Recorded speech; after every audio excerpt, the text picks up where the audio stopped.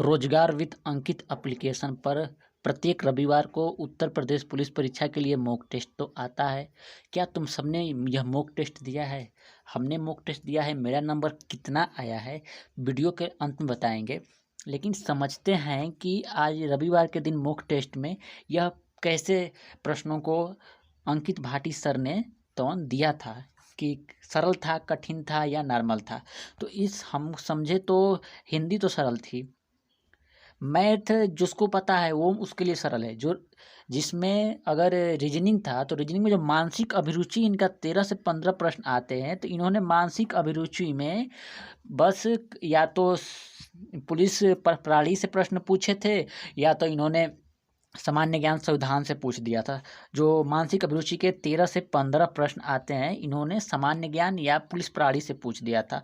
और जो रीजनिंग के सवाल थे वो लेंदी थे, इसलिए बहुत सारे लोगों का नंबर कम आया होगा आज। और जीके भी आसान था। मैथ थोड़ी सी कठिन तो थी लेकिन इंसान कर सकता था मैथ को भी।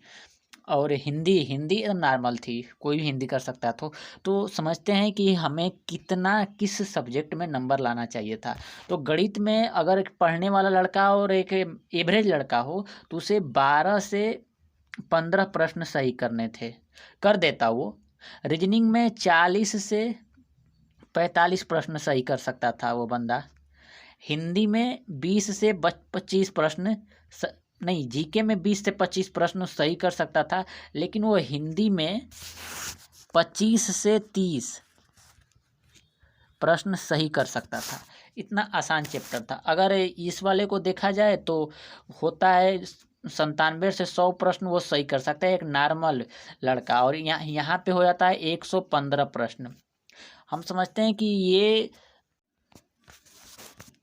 अब यह भी जान लो कि इसमें मेरा नंबर कितना आया था और मैंने कितने प्रश्नों को सही किया था। तो गणित में मेरा 19 प्रश्न सही थे, रीजनिंग में मेरा 46 प्रश्न सही थे, हिंदी में मेरा 30 प्रश्न सही थे और जीके में मेरा 25 प्रश्न सही थे।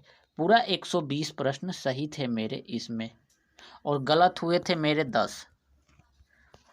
तो कट के नंबर आ जाएगा 100 235 के पास नंबर आ रहा था, याद नहीं है हमें, लेकिन इतने मेरे सही थे। तो मेरे इतने सही हो कैसे रहे हैं? मेरा शुरुआत टाइम में भी नंबर कम आ रहे थे।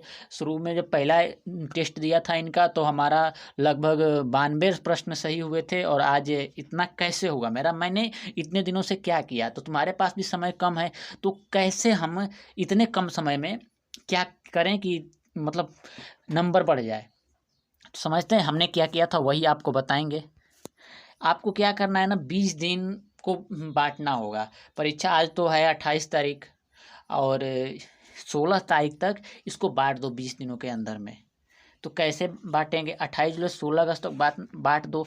इसमें क्या करो, हिंदी और रीजनिंग को इसमें तुम 28 से 16 अगस्त के बीच में तैयार करो, और कितना नंबर लाने का प्रयास करो। हिंदी में 30 नंबर और रीजनिंग में तुम 50 लाने का प्रयास करो।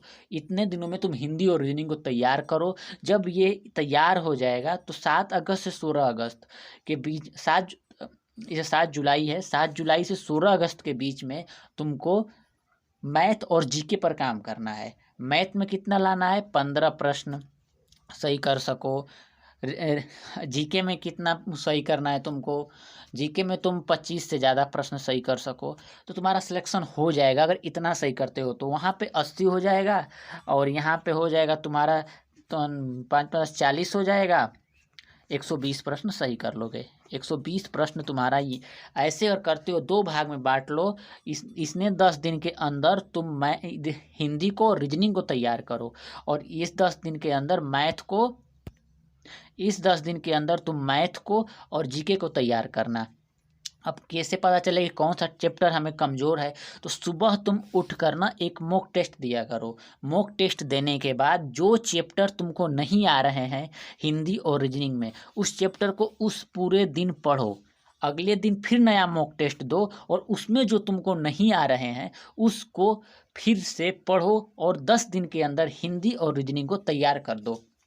जब तुम्हारे 80 प्रश्न सही होने लगेंगे तब आओ 7 जुलाई से 16 अगस्त के बीच में यहाँ पर मैथ और जीके को तैयार करना है।